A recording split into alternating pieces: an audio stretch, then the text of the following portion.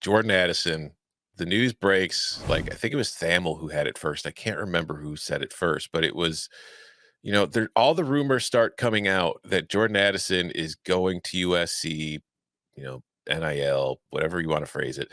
But like he wasn't even in the portal yet. So it starts on this thing and it starts the debate because it's what we've seen. And again, I don't want to just go into Jordan Addison specifically, but obviously it's, tampering. Like teams or agents, whoever representing the players, whoever representing the teams are doing these things, behind closed doors that we kind of knew was happening and was going to happen. But for it to be so brazen now to where it's getting like the NBA where you leak it to get it out there. So I don't know if Jordan Addison is like negotiating in public between USC and Pitt, and that's his way of letting Pitt know, hey, if you want to keep me, you're going to have to, pay up to do it. We've got Pat Narduzzi reportedly calling Lincoln Riley, trying to get him on the phone to yell at him for stuff. But more than anything, like, what the hell is going on and what the hell are we going to do about it? Those are two great questions. I can give you the answer to the first one. What the hell is going on? Because that one's pretty easy. You're seeing teams that want to win. They'll do whatever it takes. And you're seeing players go to the highest bidder. What do we do about it? I have no idea. And that's the scary part because no one has the solution to this. And until we get a solution, this is just going to continue. Mm-hmm. I'll say this because I see Eddie in the chat trolling me here, a USC fan, because I was pretty vocal about this. This has zero to be about USC. Like I could care less if USC is the team that it is. This to me, and I think this is why it wasn't only me reacting, but a lot of people reacted this way, is because this one felt different. Not that it's illegal or more illegal than another one or questionably ethically than other ones. It just felt different because of a couple things. Like most of the time, you can kind of connect the dots and you can be like, well, yeah, that player is disgruntled. He wasn't getting playing time, was on a bad program, elevating somewhere else. This is the best wide receiver in the country. By the way, which a draft we just saw 3 go, in the top 15 picks back to back to back. This is the best one that's going. And you saw him leave a great situation on a team that's building something that was in Pitt, who's just coming off an ACC championship and playing in a New Year's Six game and has already kind of assured his team he was going back. I mean, I just talked to Pat Narduzzi last week and asked him about this. And he's like, it was so frustrating. He's like, we had 10 to 12 teams coming after Jordan Addison, but we dealt with it, which I'm assuming means we lined him up with some NIL deals and he was good. And then USC swoops up and they're the highest bidder and they come and steal him away from him. So you've got this confluence of events and it all happens. And it's after it feels like this was the one that kind of pushed everybody over the top. If it would have been another school, it would have been the same reaction. If Jordan Addison would have went to Bama, would have went to Georgia, would have went to Ohio State, wherever he would have went, the fashion with which it unfolded, which, as you mentioned, before the transfer portal, before he was in there, the tampering, like the recruiting that was going on behind the closed doors, that to me just felt like the tipping point why everybody, because I get USC fans being like, hey, everyone's doing it. Why is this the one?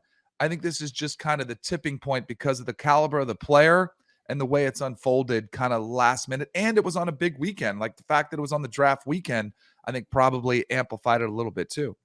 Yeah, I think it was kind of there's a snowball aspect to it. But like, I think, first of all, I want to say the fact that there are USC fans who are now vocal enough to think that the media is just against them, I think is great for college football. They're back. Yes, they are truly back. Because we have been missing that from this sport. Like a program's not really back until a fan base thinks that the media hates them. So USC is finally back. Awesome. Glad to hear it. But the one narrative I've seen from a lot of USC fans over the weekend was like, well, you didn't care when Jahmyr Gibbs did it go to Alabama or Eli Ricks.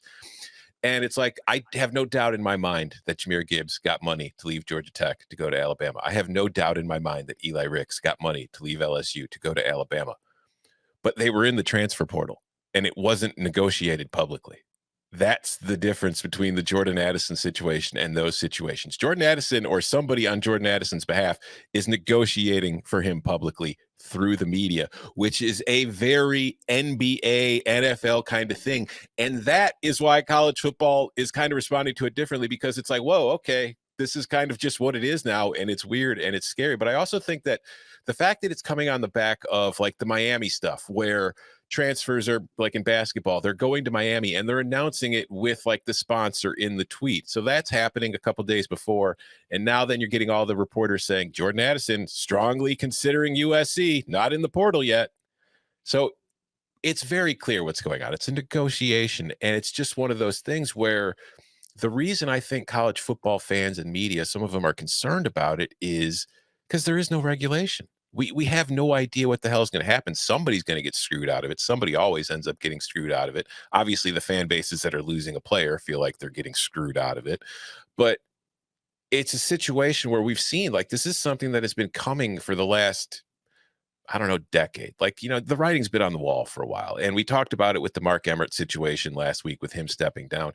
The NCAA kind of just chose, like Mark Emmert, I think at first tried to get ready for it, but the presidents and the schools that really do run the NCAA kind of just told them that, no, we're just going to close our eyes and we're going to ignore it and we'll deal with it if we have to deal with it and just hope it goes away. And it didn't go away and it happened. And now it's kind of the Wild West. And I do think that at some point there's going to be some kind of equilibrium that's found. I also wonder, like, I wonder if there's a happy medium between scholarship and employee. Like a scholarship right now, if you think about it, is a contract. Like there are certain, like when you sign a scholarship, there are certain things expected of you from the school, and there are certain things expected from the player of the school. You go into an agreement.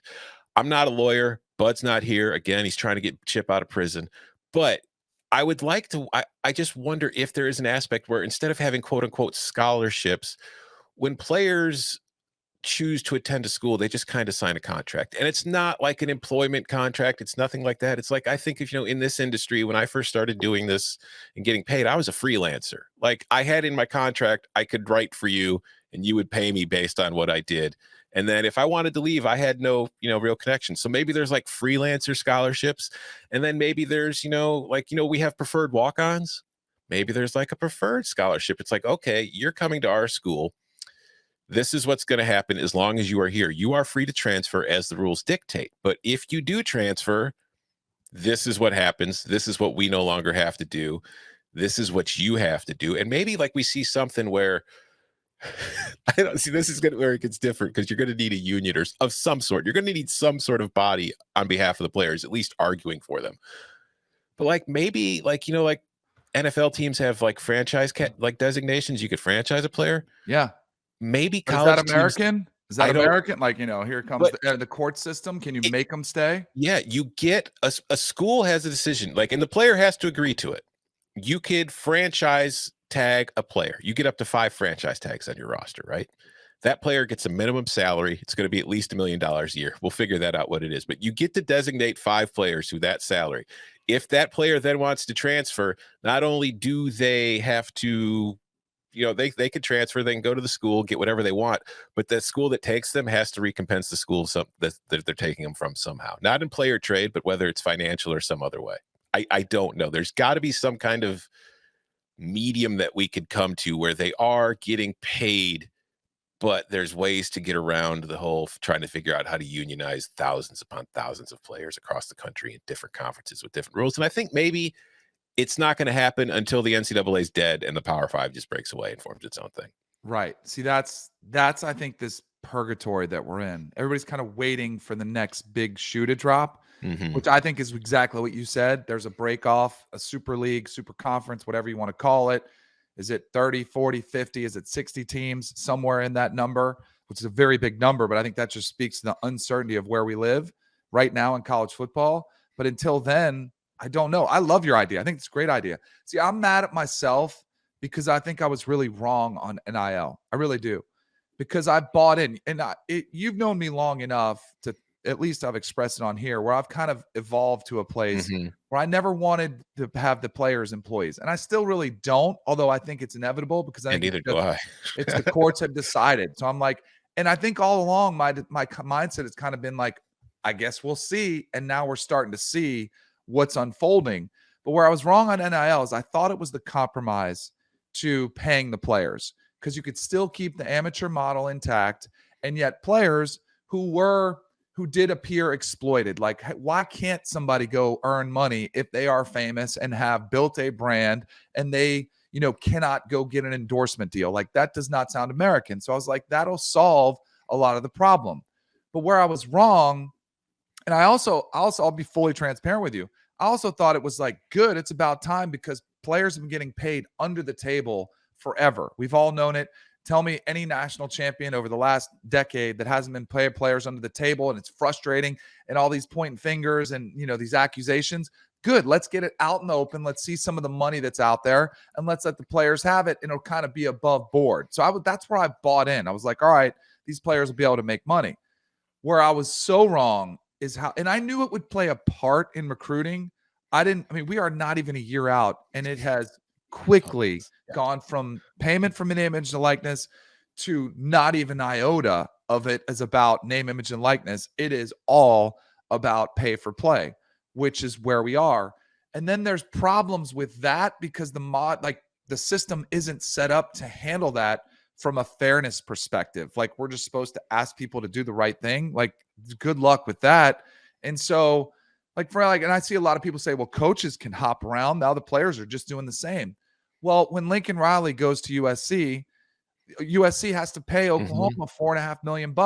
When Pitt, spends money, there is money that is spent on players, whether it's the scholarship, it's medical, it's physical, housing, it's training, feeding. There's training. A lot that goes into what they spent. And I get it's not anywhere near to what Jordan Addison is worth, and he's going to get money. But Pitt is sit there left with nothing. They don't get a 5-star scholarship in return. They don't get a buyout. They don't get anything. And so that's just another problem where we have to resolve or figure out something. And I love your idea. This is the first time I've heard anybody say it, because if Pitt clearly, if they could have franchise tagged somebody and all of a sudden he becomes an immediate, $1 million a year player, whatever it is, then he's locked and he can't leave unless maybe there's a buyback or maybe another school can outbid him and pay them something in compensation.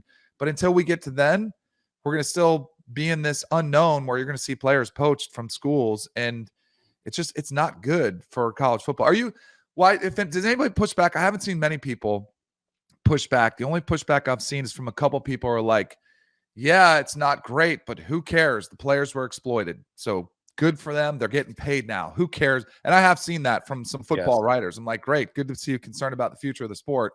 But that is a mindset that's out there. Like, is there any spin you could see on this where this is good for the game?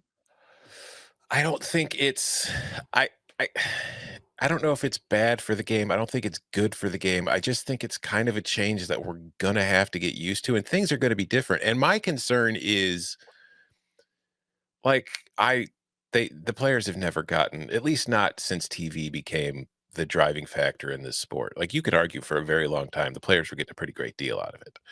But once TV became what TV is, and the value, honestly, like, I know the prices of this isn't football, but I know the prices of college educations have increased, but the value of them have decreased because we kind of just colleges for the most part have become degree mills where they just shuttle you in, shuttle you out, give you the piece of paper, and then they accept your cash and move on. They don't really care if they've taught you anything. And now that everybody has a degree, having it's not worth quite as much as it used to be. But anyways, we're getting off subject. I just worry that the connection that a lot of fans have with college football, as cheesy as it might be to some, it is if you went to the school, there's always going to be that connection where it's all right, well, we were all students there. And even if you played for the football team and I was just, an English major, we went to the same school, we walked the same halls. So there's kind of a kinship with that. And I think you're going to lose that for sure. And I think you've already kind of started to lose that. I feel like players in all this major sports have kind of been separated from the rest of the student population for a while. But I just think that the more professionalized the sport gets overall, I worry about how attractive it will be to fans, because I think one of the aspects of college football that has always been very attractive to a large portion of fans is that it's not the NFL. It's not sanitized. It's not everybody's doing the same thing. It's there are different traditions, there are different ways, and it's supposed to be about loyalty, perceived or not. But I feel like that kind of facade could just completely go away. And I wonder if how that's going to impact the way that people, like future generations, look at the sport and as far as the health of it long term. I don't think the actual game is going to change too much. I feel like the relationship with the fans is probably what's going to be impacted more than anything. And I don't know how that's going to go. Maybe right now things are just really, really, really crazy because there was no regulations put in place. The NCAA was asleep at the wheel the whole time. And then you get that combined with COVID. So now there's all these guys with extra years of eligibility who are like, hey, I can go get paid now. So everybody's just jumping, everybody's going nuts. And maybe 3 or 4 years from now, a lot of these maybe booster or NIL kind of collectives are gonna be like, whoa, whoa, whoa, whoa. I I really dipped into my 401k for this, and I've gotten nothing but a 9-3 season, and I just don't know if I want to do that again. I mean, it was awesome, felt really powerful for a time, but long story, I'm not. It's not the greatest thing. So we'll probably see things calm down a little bit, but there just has to be some kind of rules. And I know that like everybody wants to go to the Wild West because it's like, well, the players were exploited for so long, they should have that, but like, there's no part of society in any aspect in which there aren't somebody has to follow some rules. And just because you deserve rights and you get rights, that doesn't give you the right to everything. And there is no area in the world in which anybody has the right to anything that they want. So I feel like you've got to cap it off somewhere. And I think that's why just that idea I had where it's like you can franchise players. And to be clear, you can't franchise a player that's not willing to be franchised. It's not like the NFL where you could just put the tag on him and that guy's stuck with you for another year. But he's getting paid a ton. It's like if the player agrees to it, it's just like the scholarship. It's like, all right, this is the contract. You're locked in. You agreed to it of free mind, will, and body and soul. Your lawyer went over it. Your agent went over it. It's good. It's done. If you want to do it, awesome. You're going to get this. If you don't, cool. But you're not going to have the same perks as other players on your team. So I there's got to be something to it. We'll figure it out. Somebody much smarter than us probably will be able to do it. It's just, will you be able to get everybody in the same room to agree to it? That's going to be the difficult part. And that's why I think that it's really not going to happen until we see the Power Five or the Autonomous Five or whatever the heck they're calling themselves just break free and become their own little thing. And then who knows what happens with everybody else. And I feel like that could be a dangerous thing for the sport because I do like for me personally, one of my favorite parts of college football are the smaller schools, the guys that aren't really getting, the national attention. They're not competing for national titles. Nobody really, the television ratings for their games aren't that great. But on Tuesday night, I love watching some MAC football, some Sun Belt football, some Mountain West. I love watching those games because it's fun. It's different. It doesn't look like everybody else, even if the talent or the competition isn't as strong as you might see in the NFL or in the Power Five conferences. There's still enjoyment out of it. Like there is, like if you go around the country, like in the high schools in certain states, high school football is huge. And nobody's going to argue that, the class of football is great. Like for the most part, it's usually a few good teams and a lot of bad teams just getting mollywopped Saturday or Friday after Friday. But you still enjoy it because of the connection to the school, your neighborhood, all that kind of stuff. And I just worry that the more professional college gets, you're going to start to lose that. And you're going to start to lose interest from some fans who are thinking, well, I'll just watch the NFL. I mean, this is just an NFL minor league now.